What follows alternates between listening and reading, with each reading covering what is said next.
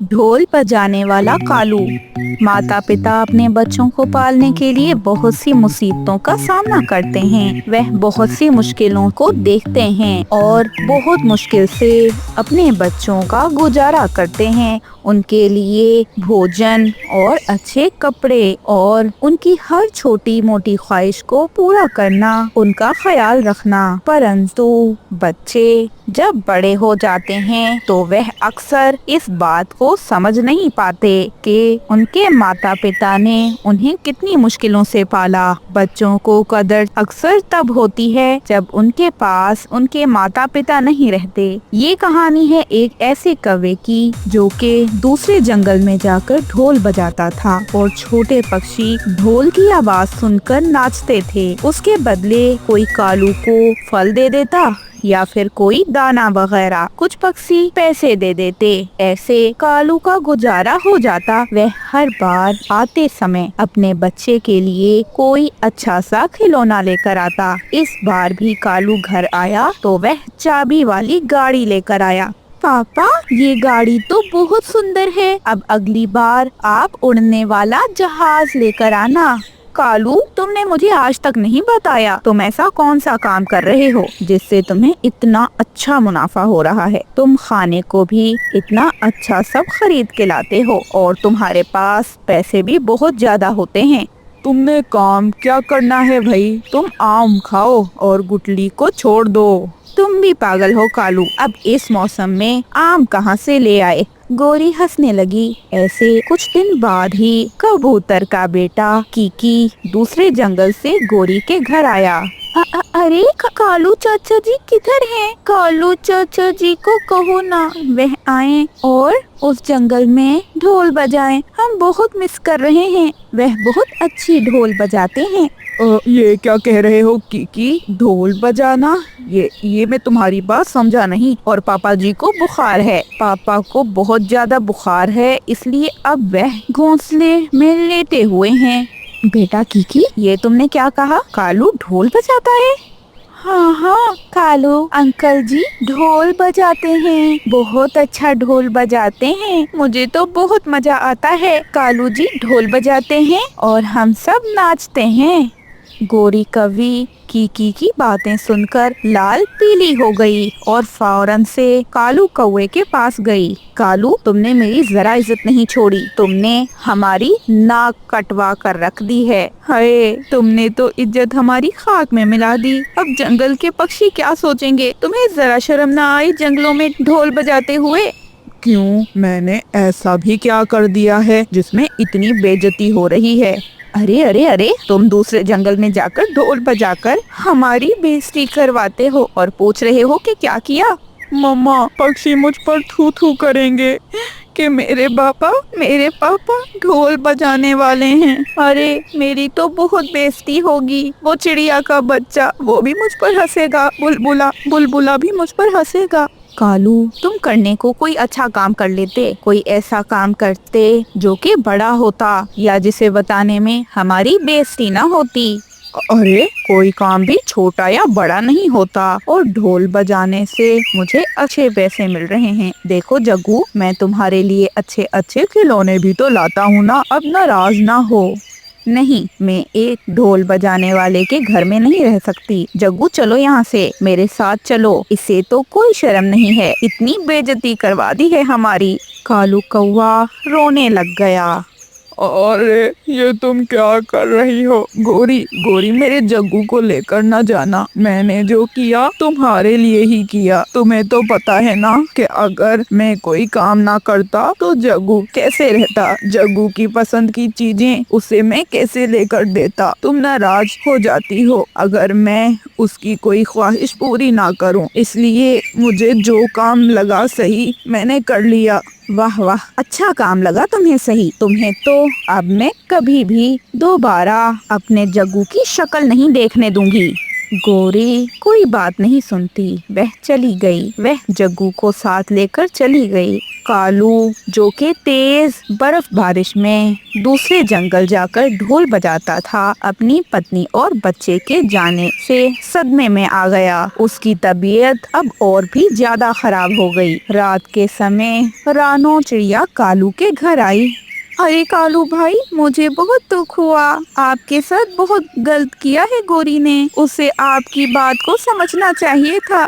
मेरे तो भाग्य में यही था। मैंने सारी जिंदगी जिसके लिए इतना कुछ किया, आखिर में उसने मुझे छोड़ दिया। वह चली गई और मेरे बच्चे को भी साथ ले गई। कालू भाई, आप उदास ना हो, मैं समझाऊंगी गोरी को, वे समझ जाएगी। आप ये काम छोड़कर कोई और काम कर लेना, क्योंकि आपको तो पता है ना कि गोरी इस बात के अलावा किसी बात से नहीं मानेगी। आपको ये काम अब छोड़ना ही होगा।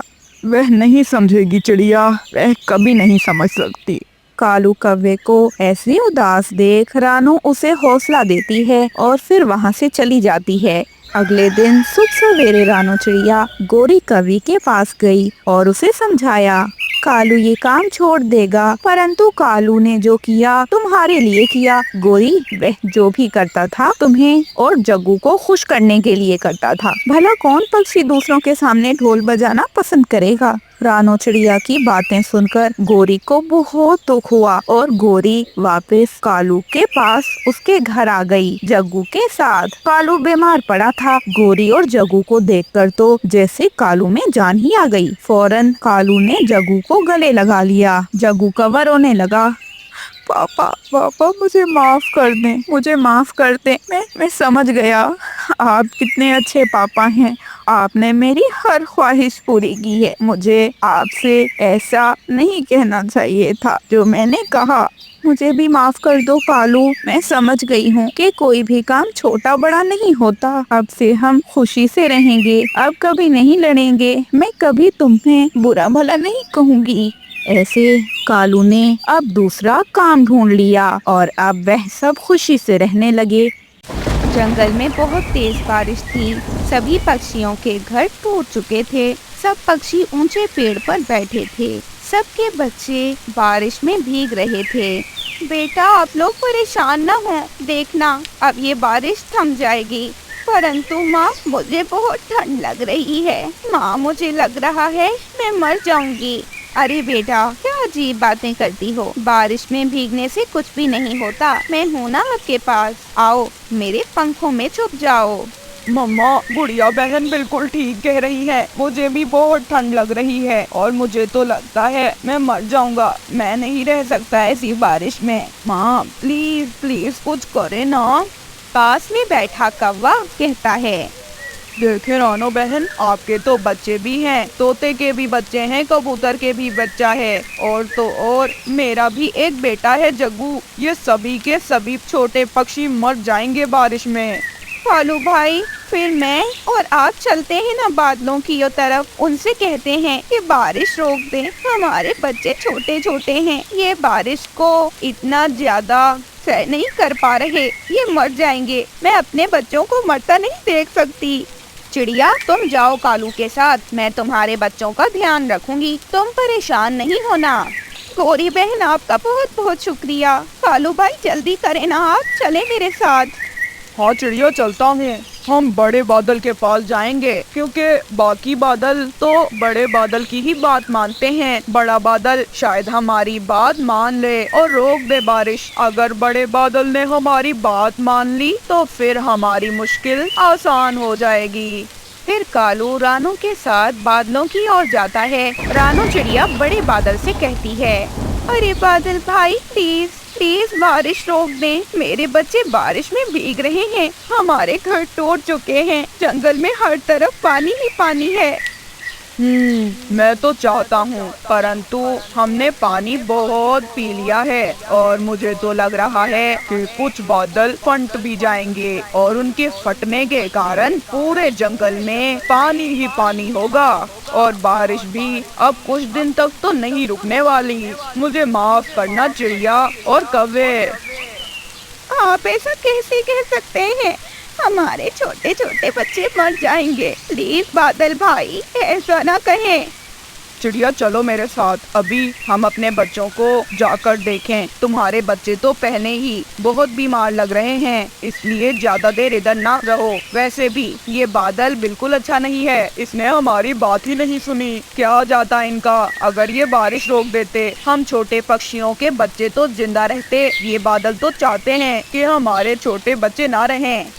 कालू की बातें सुनकर तो बड़ा बादल भी गुस्से में आ जाता है। फिर ऐसे रानो चिड़िया और कालू कौवा वहाँ से चले जाते हैं। जंगल में बारिश रुक ही नहीं रही थी और कुकू को बुखार हो जाता है। मम्मा, मैं कह रहा था ना कि हम बारिश नहीं सह पाएंगे, और देखें गुड़िया बहन भी कांप रही हैं। प्लीज माँ कुछ करें। कुकू भाई सब्र करें, माँ गई थी ना बादलों के पास, परंतु बादल तो बारिश रोक ही नहीं रहे। लग रहा है कि ये बारिश हम सबकी जिंदगी की आखिरी बारिश ही है। गुड़िया ऐसी बातें न करो, मैं तो बाहर आ जाती हूँ और बादल से विनती करती हूँ, परंतु कालू अब तुम मेरे साथ नहीं जाना। तुमने बादल की इतनी ज्यादा बुराई की। बादल का तो तुम्हें पता है कि वो कितना गुस्से वाला है, तुम्हें उसके साथ ऐसा व्यवहार नहीं करना चाहिए था। अब अगर तुम दोबारा साथ गए तो वो बादल बिल्कुल भी हमारी बात नहीं मानेगा। ठीक है चिड़िया, तुम अकेली जाओ, लेकिन वो बादल बहुत मगरूर है। हम छोटे पक्षियों पर जरा दया नहीं की उसने, मुझे बहुत गुस्सा आ गया था। तुम जाओ, हम रखेंगे ध्यान गुड़िया और कुकू का। फिर ऐसे बेचारी रानो चिड़िया परेशानी में अकेली ही दोबारा बादल के पास जाती है। प्लीज बादल भाई कुछ करें, मेरे बेटे को बुखार हो गया है और ऐसी बारिश में मैं उड़ भी नहीं सकता। आप बहुत अच्छे हैं, आपने हमारी पहले भी बहुत बार मदद की है, प्लीज प्लीज हमारी मदद करें। ऐसा करो चिड़िया, जंगल के सब पक्षियों को लेकर तुम छोटे बादलों में चली जाओ। परंतु मैं कैसे जाऊं छोटे बादलों में? मुझे तो पता भी नहीं कि इस समय छोटे बादल कहाँ गए हुए हैं। अच्छा चिड़िया, तो तुम जाओ, तुम वही जाओ जहाँ तुम्हारे बच्चे हैं। मैं सभी छोटे बादलों को वहाँ भेज रहा हूँ। सब पक्षी एक एक बादल में रह लेना, सही है ना? ऐसे तुम्हारे बच्चे ठीक रहेंगे। बस फिर क्या था, रानो चिड़िया बहुत ज्यादा खुश हो जाती है। रानो सब पक्षियों को छोटे बादलों के बारे में बताती है। सभी पक्षी बहुत ज्यादा खुश होते हैं। फिर ऐसे बड़ा बादल बहुत सारे छोटे छोटे बादलों को भेज देता है। रानो चिड़िया सब बादलों का धन्यवाद करती है। आप सबका बहुत बहुत धन्यवाद, आप सब बहुत अच्छे हैं। अगर आप ना आते तो पता नहीं क्या होता। जंगल में पानी तो हर जगह है और भोजन भी तोते के पास बहुत ज्यादा है। हमें पानी और भोजन की तो चिंता नहीं थी, परंतु हमें रहने के लिए कुछ जगह चाहिए थी। अब हम सब पक्षी आप सब बादलों में रह लेंगे। बड़े बादल बहुत अच्छे हैं। हाँ हाँ, चिड़िया ठीक कह रही है, बड़ा बादल बहुत अच्छा है, बड़ा बादल बहुत अच्छा है, उसने हमारी बहुत मदद की है।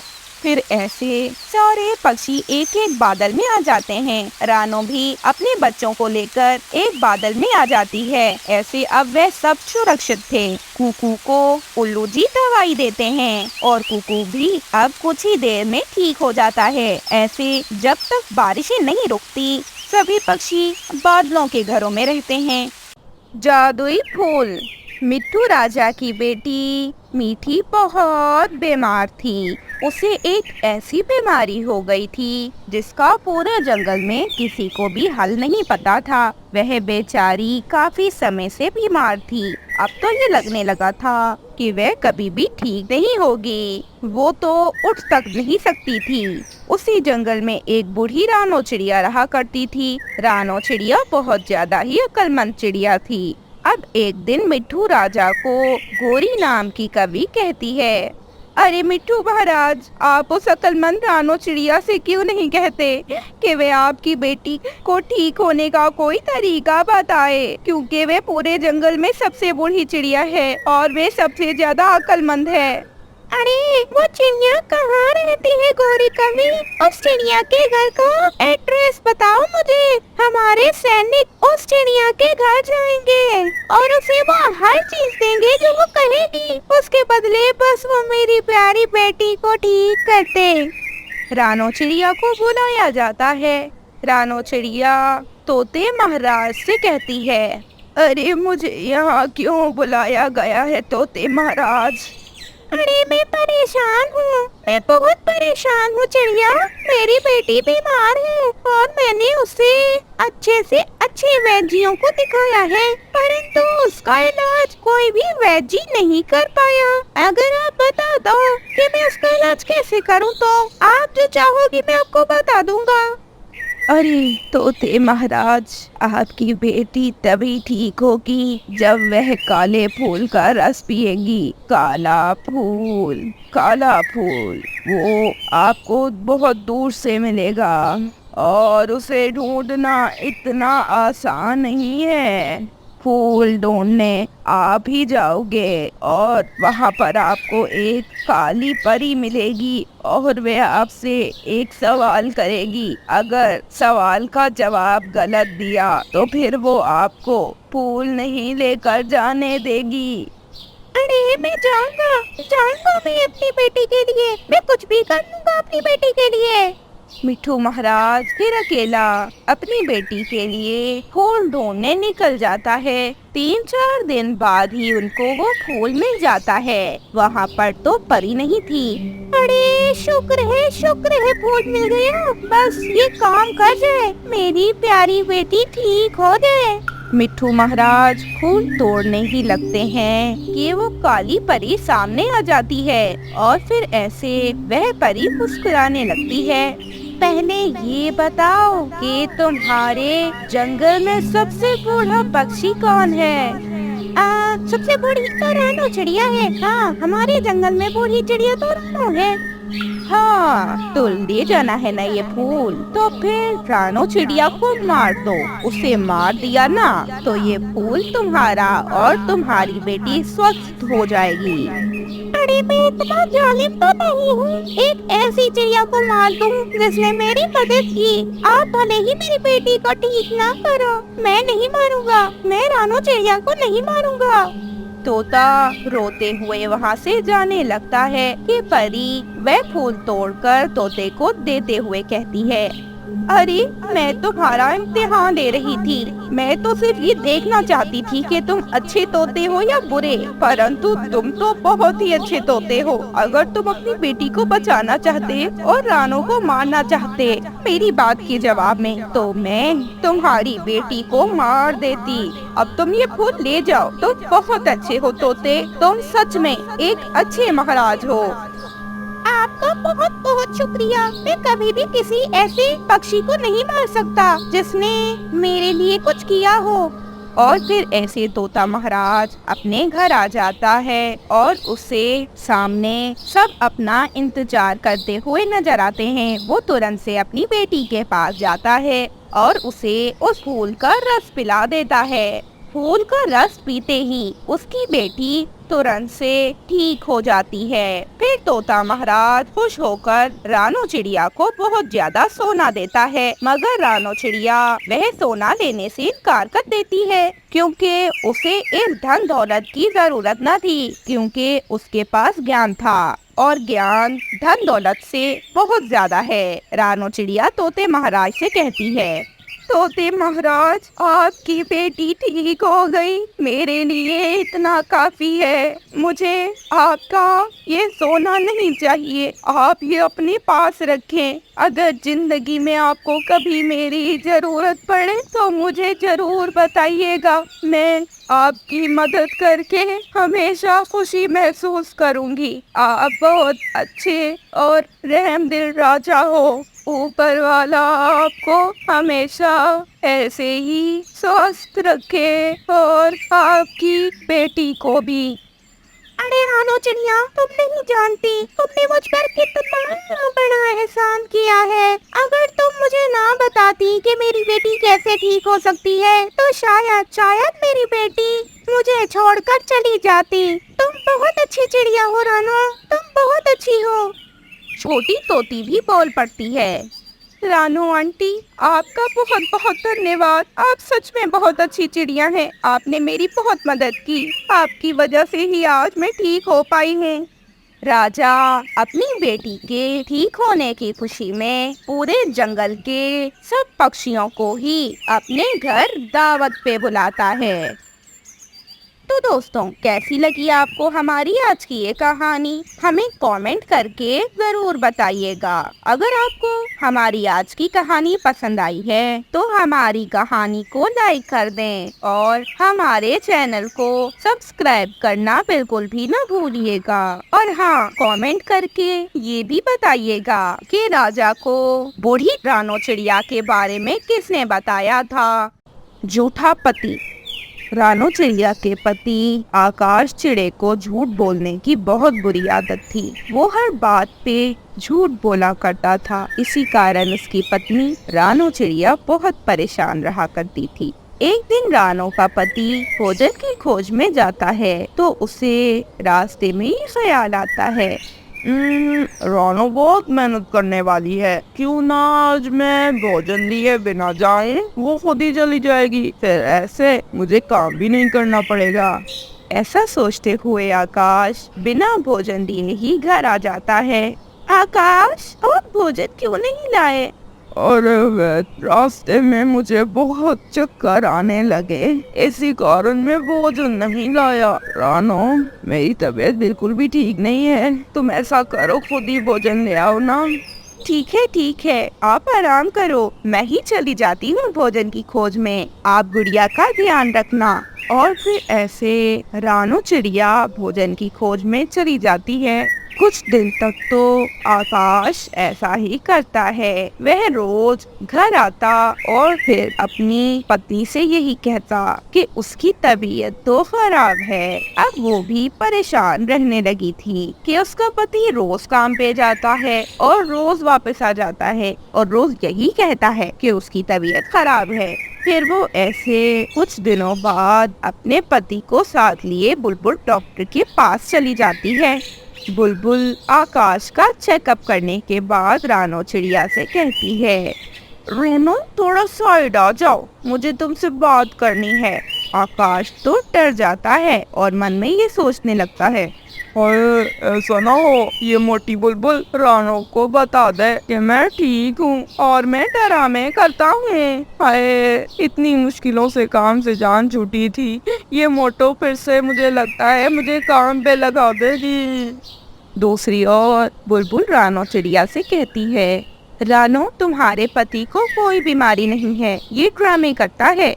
मुझे पता है, ये पूरा दिन बाहर घूमते रहते हैं शाम के समय, मगर जब मैं इन्हें भोजन लाने का कहती हूँ तो ये जाते हैं और वापस आ जाते हैं और कहते हैं इन्हें चक्कर आ रहा है, इनकी तबीयत खराब है। प्लीज बुलबुल दीदी, कुछ करें ना, मैं क्या करूँ? आकाश की झूठ बोलने की आदत से मैं बहुत तंग आ चुकी हूँ। फिर ऐसे बुलबुल रानो चिड़िया को एक बहुत अच्छा उपाय देती है। रानो चिड़िया रोते रोते अपने पति आकाश के पास जाती है।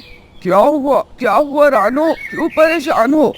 हाय, मुझे यकीन नहीं आता कि आपको इतनी खतरनाक बीमारी कौन सी बीमारी? मुझे क्या हुआ है बताओ ना रानो, मैं तो स्वस्थ था।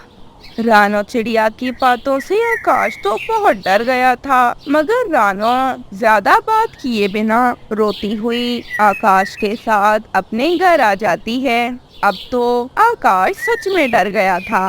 वह अकेला बैठा सोच रहा था, कोई मेरे झूठ बोलने की वजह से मेरा झूठ सच तो नहीं हो गया। हाय रे बाबा, क्या कर दिया मैंने, ऐसा झूठ बोला ही क्यों? कहीं मुझे सच में कोई बीमारी तो नहीं लग गई ना? मुझे लगता है कि मुझे कोई बीमारी लग गई है। अरे, मैंने अपनी पत्नी से झूठ बोला था। अरे, अगर मैं झूठ ना बोलता तो मैं ठीक रहता। इसीलिए कहते हैं झूठ नहीं बोलना चाहिए। अगर मैं सच बोल दूं तो शायद मैं ठीक हो जाऊं। जैसे झूठ बोलने से मुझे बीमारी लगी है, वैसे ही सच बोलने से ये बीमारी खत्म हो जाए। आकाश चिड़ा डरते डरते रानो चिड़िया के पास जाता है और रोने लगता है। आए आए, मुझे माफ कर दो रानो, मुझे माफ कर दो। मैंने तो झूठ कहा था। मैं बिल्कुल ठीक हूँ, नहीं आता मुझे कोई चक्कर। उसकी बात सुनकर रानो चिड़िया जोर जोर से हंसने लगती है। आकाश, तुम्हें झूठ की सजा मिली है। तुम झूठ बोलते थे ना, इसीलिए तुम्हें बीमारी लगी है, बीमारी। अरे रानो, चलो ना, अब मैंने सच बोल दिया है। अब बुलबुल दीदी के पास चलते हैं, शायद अब मैं ठीक हो चुका हूँ। और फिर ऐसे वह दोनों बुलबुल डॉक्टर के पास जाते हैं। बुलबुल डॉक्टर आकाश की बातें सुनकर हंस रही होती है और फिर वो आकाश का चेकअप करती है और कहती है, कमाल कमाल, तुम तो ठीक हो, बिल्कुल ठीक हो। वाह, देखा, झूठ बोलने वाले को झूठ की सजा मिलती है। अरे बाबा, अब मेरी तौबा, अब नहीं बोलूंगा, नहीं बोलूंगा मैं झूठ, सच बोलूंगा, हमेशा सच बोलूंगा मैं। बुलबुल चिड़िया दोनों ही एक दूसरे को देखकर खूब हंस रही थी, क्योंकि वो ये बात तो जानती थी कि आकाश को पहले भी कोई बीमारी न थी। अब आकाश हर रोज सुबह सवेरे भोजन की खोज में जाया करता और अपनी पत्नी के लिए स्वादिष्ट स्वादिष्ट भोजन लाता। अब आकाश ने झूठ बोलना बिल्कुल ही छोड़ दिया था और वो अपना हर काम खुद ही करता था। अपनी पत्नी से कोई भी काम करने का नहीं कहता था। ऐसे रानो चिड़िया और आकाश चिड़ा खुशी खुशी रहने लगते हैं। जालिम कौवे। पूरे जंगल में कोई भी ऐसा पक्षी न था जो कालू और गोरी से डरता न हो। पक्षी तो कालू और गोरी के बेटे जग्गू से भी बहुत डरते थे। वह जंगल के सबसे ज्यादा बुरे पक्षी थे। वह सबसे ज्यादा जालिम थे। वह सबके साथ बुरा रवैया रखते और सबको ही मारते।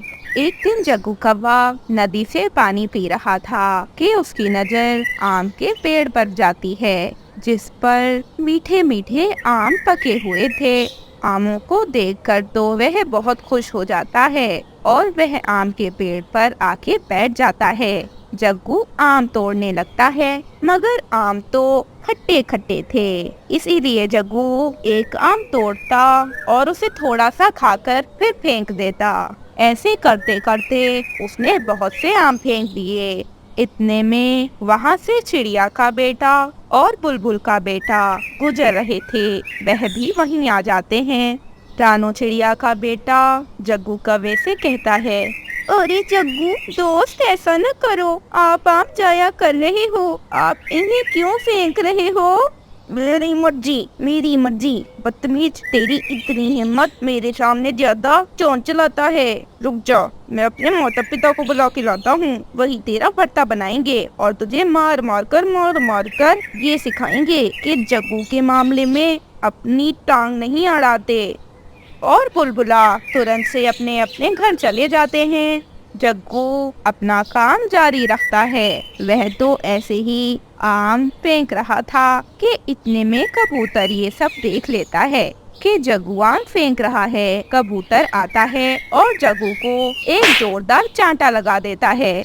बदतमीज, तुम आम क्यों जाया कर रहे हो? पहले ही जंगल में ज्यादा भोजन नहीं है, ऊपर से तुम जैसे शरारती बच्चे। बताऊंगा, मैं अपने माता पिता को बताऊंगा। मुझे मारा। चिड़िया के बेटे ने ही मुझे मार पड़वाई है। वही थोड़ी देर पहले आया था, उसने ही लगाई होगी शिकायत मेरी तुम्हें गंदे। जग्गू कौवा भागा भागा अपने घर जाता है और जोर जोर से रोने लगता है। मारा, बहुत जोर से मारा, मुझे उसने बहुत जोर से मारा। किसने मारा बच्चा? किसने मारा मेरे जग्गू को? कबूतर चाचा ने कुकू के कहने पर मुझे बहुत मारा। मम्मा, मैं आम खा रहा था कि कबूतर चाचा ने कुकू के कहने पर मुझे चांटा लगाया। कालू, देख रहे हो ना, तेरे बेटे को कैसा रुलाया है उस चिड़िया के बच्चे ने। उस पिद्दी सी चिड़िया से तो तू डरता है, तभी तो कुछ नहीं कर रहा। आज उसके बेटे ने तेरे बेटे को चांटा पड़वा दिया, लेकिन तू अब भी कैसे मुंह देख रहा है? नहीं छोड़ूंगा, मैं नहीं छोड़ूंगा। मैं अब उस बदतमीज चिड़िया के बच्चे को, मेरे बेटे को थप्पड़ मरवाने की जुर्म में बहुत बुरी सजा दूंगा। कालू कौवा गुस्से में चिड़िया के घर की ओर जाता है। वह दरवाजे को लाते मारने लगता है। चिड़िया दरवाजा खोलती है। वह चिड़िया को धक्का देता है और चिड़िया के बच्चे को पंखों से पकड़ लेता है। छोड़ो अंकल, अंकल कालू, ये आप क्या कर रहे हो? मैंने क्या किया है? मम्मा बचाओ, बचाओ मम्मा। अरे ये क्या कर रहे हैं? क्या किया है मेरे बच्चे ने? कालू किसी की नहीं सुनता और चिड़िया के बच्चे को पंखों से पकड़कर घर से बाहर ले जाता है और उसे उसी आम के पेड़ के साथ बांध देता है। कालू कौवा गुस्से में पेट्रोल उठा लेता है। सारे ही जंगल के पक्षी इकट्ठा हो जाते हैं। सभी डर गए थे। कालू तो इतने गुस्से में था कि उसे जरा भी देखना था कि वो अपने गुस्से में चिड़िया के बेटे को मारने ही जा रहा है। गोरी और उसका बेटा दोनों ही वहां पहुंच चुके थे। बाकी पक्षी भी मौजूद थे। कुकू तो जोर जोर से रो रहा था। अब तो जग्गू भी कांपने लगा था। वो ये देखकर डर गया कि उसका पापा चिड़िया के बच्चे को मारने ही लगा है। रानो चिड़िया अपने पंख जोड़ने लगती है। कालू भाई, प्लीज माफ कर दे मेरे बेटे को, उससे भूल हो गई। मुझे तो पता भी नहीं है क्या हुआ। आप ये क्या कर रहे हो? आपको तो पता है कि कोको के सिवा मेरा कोई नहीं है। आप प्लीज प्लीज छोड़ दे मेरे कोको को। ये माफी मांगेगा, ये माफी मांगेगा ना आपसे? नहीं चाहिए, मुझे नहीं चाहिए इसकी माफी। इस बदतमीज ने कबूतर चाचा को शिकायत लगाई, इसीलिए कबूतर ने मेरे बच्चे को चांटा मारा, चांटा। अब मैं तुम्हारे बच्चे को नहीं छोड़ूंगा। अब मैं इसे मार डालूंगा मैं इसे। आप मुझे चांटा मार ले, आप मेरे बेटे को चांटा मार ले, मगर इसे जान से तो न मारे ना।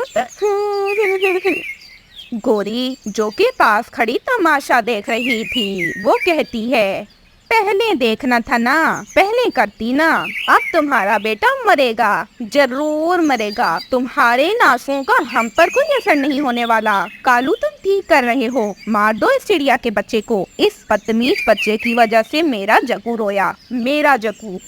मुझे कुछ नहीं कहा था, मैंने तो इसे खुद थप्पड़ मारी थी। ये आम तोड़ तोड़ कर फेंक रहा था। जंगल में तो पहले ही भोजन की कमी है। मुझे चिड़िया के बच्चे ने नहीं कहा कुछ। कालू क्या हो गया है तुम्हें? जाने दो इसे। चुप, गंदी आंखों वाले कबूतर। चिड़िया के बच्चे के कहने पर तुमने मेरे बच्चे को चांटा मारा। दिल तो करता है तुम्हें भी एक लगाऊं चांटा में। ये सब कुछ तोता भी देख रहा था। वो रानो को अपनी तरफ आने का इशारा करता है। रानो तोते की ओर जाती है। तोता रानो से कहता है, अरे रानो बहन, पुलिस पुलिस पुलिस को कॉल करो, वरना ये तुम्हारे बच्चे को मार देंगे। जल्दी करो, समय नहीं है। हाँ, मैं अभी कॉल करती हूँ। फिर रानो चिड़िया फौरन से पुलिस को कॉल मिलाती है। कालू कौवा रानो चिड़िया के बच्चे को कुछ करता इससे पहले समय से पुलिस भी वहां पहुंच जाती है। पुलिस को देखकर तो कालू कांप उठता है और रानो चिड़िया की जान में जान लाती है। पुलिस सबसे पहले कुकू को आजाद करती है। कालू को हथकड़ी लगाई जाती है, साथ ही साथ गोरी और उसके बेटे को भी, क्योंकि वो सब मिलकर एक मासूम चिड़िया के बच्चे का कत्ल जो करने वाले थे। जालिम, एक मासूम बच्चे को मारने लगे थे तुम। तुम्हारी यही सजा होगी कि तुम सारी जिंदगी जेल में रहोगे, वो भी अपनी पत्नी और बच्चे के समेत। जरा दया ना आई तुम्हें इस छोटे मासूम चिड़िया के बच्चे पर? ले चलो इन्हें। ऐसे कबों को अपने किए की सजा मिलती है और पुलिस कबों को अपने साथ ले जाती है। रानो चिड़िया रोते हुए अपने बच्चे को अपने गले लगा लेती है और वो उसे अपने साथ अपने घर ले जाती है। कुकू तो अब बहुत डर चुका था। तो दोस्तों, कैसी लगी आपको हमारी आज की ये कहानी? हमें कमेंट करके जरूर बताइएगा। आपका बहुत बहुत धन्यवाद। जादुई मटका। पुराने जमाने की बात है। 3 दोस्त रानो चिड़िया, मिठू तोता और कालू कौवा जा रहे थे कि रास्ते में रानो चिड़िया की नजर जमीन पर गिरी एक फाफ्ता पर पड़ती है। फिर रानो चिड़िया नीचे आती है। आप तो बहुत बीमार लग रही हो, शायद आप गर्मी के कारण बेहोश हो गई हो। मैं आपके लिए जल्दी से पानी लेकर आती हूँ। तब तक कालू भाई और मिट्ठू भाई आप इनका ध्यान रखना। फिर रानो चिड़िया पास में ही नदी पर जाती है और एक मिट्टी के बर्तन में पानी भर के उस बूढ़ी फाफ्ता को पिलाने लगती है। बूढ़ी फाफ्ता पानी पीने के बाद रानो का धन्यवाद करते हुए कहती है, अरे बेटा, आप बहुत अच्छी हो। आप चाहती तो मुझे नजरअंदाज करके चली जाती, परंतु आपने मेरी मदद की। आप जैसे पक्षी जमाने में बहुत कम हैं। अगर सब पक्षी आपकी तरह ही रहें तो हमारे जंगल में हर तरफ सुख और शांति हो। हमें एक दूसरे की हमेशा मदद करनी चाहिए। क्या पता कभी हम मुसीबत में हो और दूसरा भी हमारे काम आ सके। फाफ्ता माँ जी, अगर आप अपना घर का पता बता देती तो हम सब दोस्त आपको आपके घर तक पहुँचा देते। रोनो, तूने पहले ही हमारा बहुत समय जाया किया है। अब ये फाफ्ता चली जाएगी अपने घर। प्लीज अब तू चलना हमारे साथ, हमें भोजन ढूंढने जाना है। अरे हाँ, कालू बिल्कुल ठीक कह रहा है। राना, मदद तो करते ही रहेंगे। अभी भोजन की खोज कर लेते हैं। भूखा थोड़ी सोना है हमने। आप दोनों भले जाएं। मैं बूढ़ी फाफ्ता को उनके घर छोड़कर अपने लिए भोजन की खोज करने को निकल जाऊंगी। तोता और काला कौवा वहाँ से चले जाते हैं। रानो चिड़िया बूढ़ी माँ जी को उनके घर छोड़कर आती है।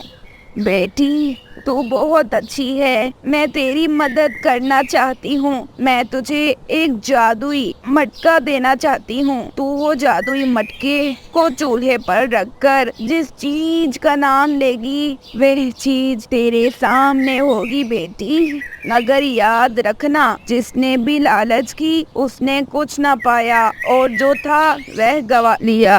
फिर रानो चिड़िया खुशी खुशी जादुई मटके को लिए अपने घर आ जाती है और घर आने के बाद वह अपने दोनों दोस्तों को सारी बात बताती है। कालू तो हंसने लगता है। हो, पागल बनाया तुझे। तुझे पागल बना दिया उस बढ़िया ने। तुझे ये पुराना सा मटका देकर बेवकूफ बना दिया। अरे रानो, तुम सच में बहुत बहुत बहुत भोली हो। अपने दोस्तों की ये बातें सुनकर तो रानो को लगने लगा जैसे शायद बूढ़ी फाफ्ता ने उसे पागल ही बनाया है और फिर रानो चिड़िया उस मटके को रख देती है।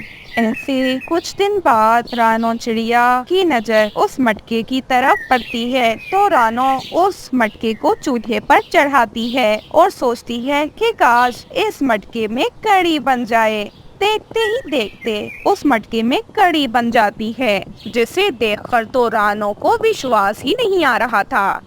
हाय रे बाबा, ये कैसे हो गया? कैसा चमत्कार है ये? मेरे दोस्तों, इधर आओ, इधर आओ। देखो देखो, मैं कहती थी ना कि फाफ्ता माँ जी ने मुझसे झूठ नहीं कहा होगा। देखो, मैंने इस मटकी को चूल्हे पर चढ़ाकर कढ़ी का सोचा तो इसमें कढ़ी बन गई। कालू और मिट्ठू दोनों ही दंग रह गए थे। उन्हें तो अभी तक अपनी सहेली की बात का विश्वास ही नहीं हो रहा था। उन्हें अभी भी लग रहा था जैसे रानो कोई मजाक कर रही हो। परंतु मिट्ठू तोता बहुत खुश होता है। कालू को तो अब मन ही मन में जलन हो रही थी और वो अपने मन में ऐसा सोच रहा था, अरे मुझे पता होता तो मैं कर देता मदद उस फाफ्ता की, परंतु मेरा तो भाग ही फूटा। इस रानो ने कर दी उसकी मदद। खैर, मुझे कौन सा फर्क पड़ता है, मैं तो चुरा ही लूंगा ये मटका।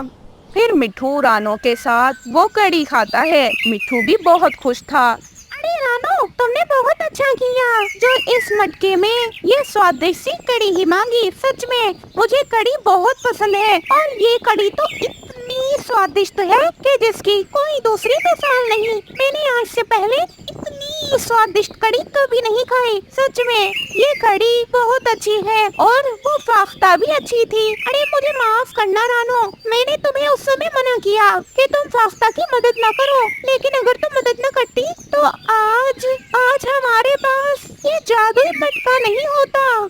अरे मिठू भाई, हमें कभी किसी की मदद इस सोच से नहीं करनी चाहिए कि वो हमारे काम आएगा। कोई हमारे काम आए ना आए, हमें दूसरे की मदद करनी चाहिए। लेकिन ये हकीकत है कि अगर आप किसी की मदद करो तो वो भी आपके काम जिंदगी में कभी न कभी जरूर आता है। मुझे विश्वास था कि फाख्ता माजी झूठ नहीं कह रही, लेकिन जब मैंने आप दोनों की बातें सुनी तो मुझे भी लगा कि फाख्ता माजी ने मुझे धोखा दिया और मुझसे झूठ कहा, परंतु मैं गलत थी। फाख्ता माजी ने मुझसे झूठ नहीं कहा था। सच में ये मटका जादुई है। मिट्ठू भाई, अभी आपको कुछ और खाना हो तो बताइएगा, मैं जरूर इस मटके से मांग कर आपको दूंगी।